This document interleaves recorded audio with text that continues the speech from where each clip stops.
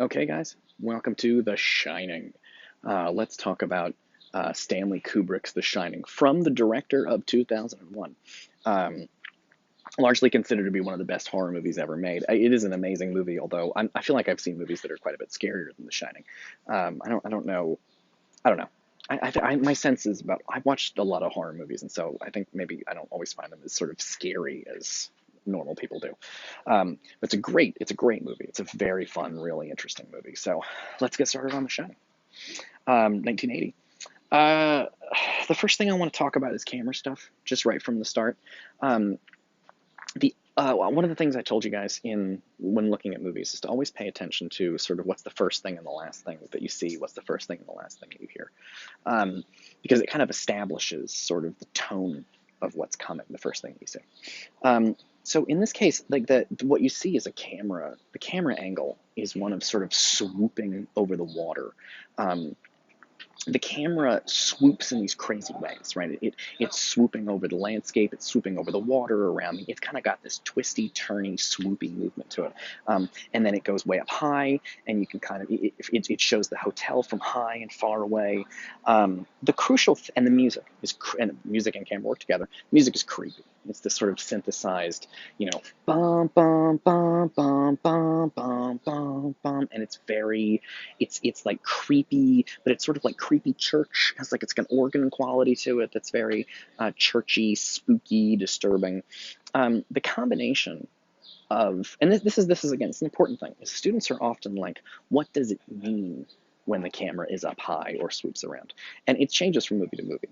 The way I would say in this movie is that in combination with the creepy music and the creepy churchy music, the spooky church music, um, it suggests an inhuman perspective, something non-human, because human beings don't move like that. Normally, you don't get to see. If you could fly, you could sort of swoop over things like that. And if it was a Superman movie and he was swooping over things, you would feel a sense of exhilaration or happiness. But in combination with that music, it suggests a viewpoint that is inhuman. And we will be talking more about inhuman camera angles when we get to Lost Highway. That features something that's similar, but there's something else going on there. But these inhuman camera angles. Also, at one point, the camera is sort of swooping down the road as if it's sort of following the path that a driver would follow, except the road bends and the camera doesn't turn when the road turns. It swoops off and keeps going like into the water and into the lands over the water and over the landscape. Again, not how a human being would move. A human being would follow the road, and the camera here does not follow the road. It does not follow civilization. It follows nature. It suggests dangerous, supernatural, inhuman creatures that don't care about our dumb civilization, for example, roads. Okay, cool. So that's a kind of a sort of simple camera thing, but it establishes exactly what the movie's going to be about, which is dangerous, inhuman forces that are in the middle of nowhere and that are screwing with our characters. Cool. All right, let's look at some other stuff. The What am I talking about next? There's also a lot of like hard edits. Some edits in this movie that I think are interesting that I kind of want to talk about. Kubrick likes to do sudden cuts. And it's funny because it's called a cut when you edit the film. Of course, it's also called a cut when you stab someone with a knife. So it feels, because both of them feel sort of violent. You're chopping something off in both cases, an arm or a piece of film. So Kubrick, he has these title cards come up: interview, closing day, a month later, Tuesday.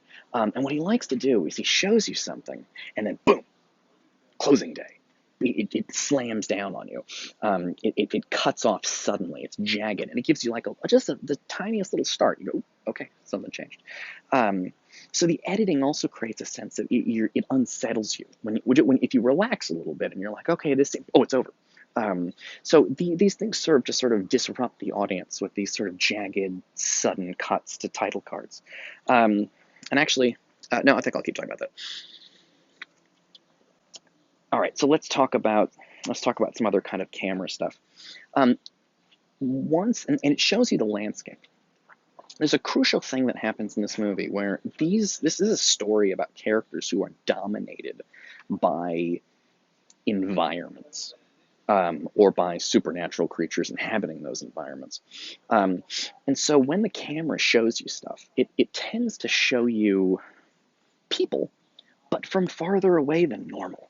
A lot of the shots in the movie show a small person in a giant hedge maze, a small person in a giant empty ballroom, a small person, right? The camera is often way, way back here so that people appear very small and dominated by their environment. Why? Because that's what the movie's about.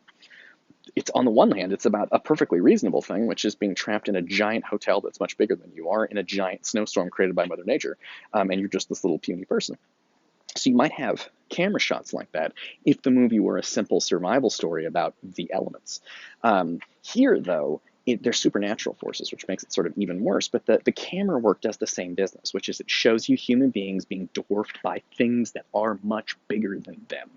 And that's the environment, but it's also, I don't know what to call it, the management of the hotel that he references at one point. He says, he has a responsibility to his employers, and it feels like he's talking about the ghosts or the creepy haunted hotel or whatever.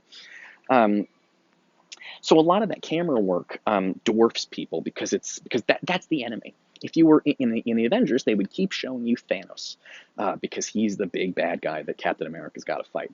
But in The Shining, the problem is the hotel. The problem is the snowstorm. And so they keep showing you how small people are compared to the snowstorm, just like they might show you how small people are compared to Thanos. Okay, cool. This is going well. Now, there's also two kinds of camera things that you're going to see happening in the movie. There's a lot of these sort of swoopy things. For example, when it shows the environment, the natural environment, the mountains, the lake, that little island on the lake, whereas the camera kind of swoops through. Like, I love that I can do this. It sort of swoops through like. When they get inside the hotel, when they're given a tour. And please notice, I don't want to spend a ton of time on this, but please notice that Rear Window and The Shining both have a thing towards the beginning where they show you the environment, right? In Rear Window, there's a whole sequence silent before we even see the main character, where they just show you each window and what's going on with each neighbor and where everyone is placed, because that's going to be the setting for the rest of the movie. In The Shining, they make sure they show you all the rooms in the hotel. They say, oh, this is the pantry where we keep all the food. That's going to come up later when Wendy locks Jack in there, right? Or they show you the hedge maze. That's going to come up later when Danny runs away from Jack. So Stuart or whatever introduces the environment of the hotel. And the camera changes a bit when this happens too. Suddenly, the kind of camera angles Kubrick likes in the hotel, in Mother Nature, he likes these big, swooping, kind of inhumans. How did he even get up here? He likes to kind of swoop around like that. When he gets to the hotel, though, suddenly things change. And for example, and it's a recurring shot, so you'll probably remember this. But when he's when he's showing off the ballroom, again, he's still dominated by the environment. There's more what do I mean by that? I mean that the person is smaller on the screen than the environment. Because you can film something like this. When we get to Persona, the entire movie is like this. But he puts the people way in the background. And then he has this this is Jack Nicholson walking down the hallway, and he walks and he walks and he walks, and then he wants to turn to go in the ballroom. So he turns, and the camera moves like this with him, and he heads into the ballroom. And it's very stately. It's like right angles, right? You can see the camera moves like this, and then it moves like this, like a square.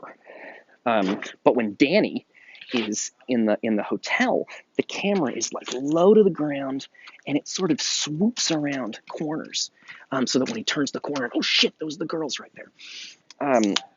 Boy, this is fun showing camera work on this. I'm really having a good time. So anyway, those are two different ways of using the camera to do different kinds of effects. One is a sort of supernatural swooping, a kind of following of characters, and the other one is a kind of stately, serious, right angle. This is the hotel, and it's got corners, whereas Mother Nature has no corners. It's all swoops and turns. All right, see you in the next video.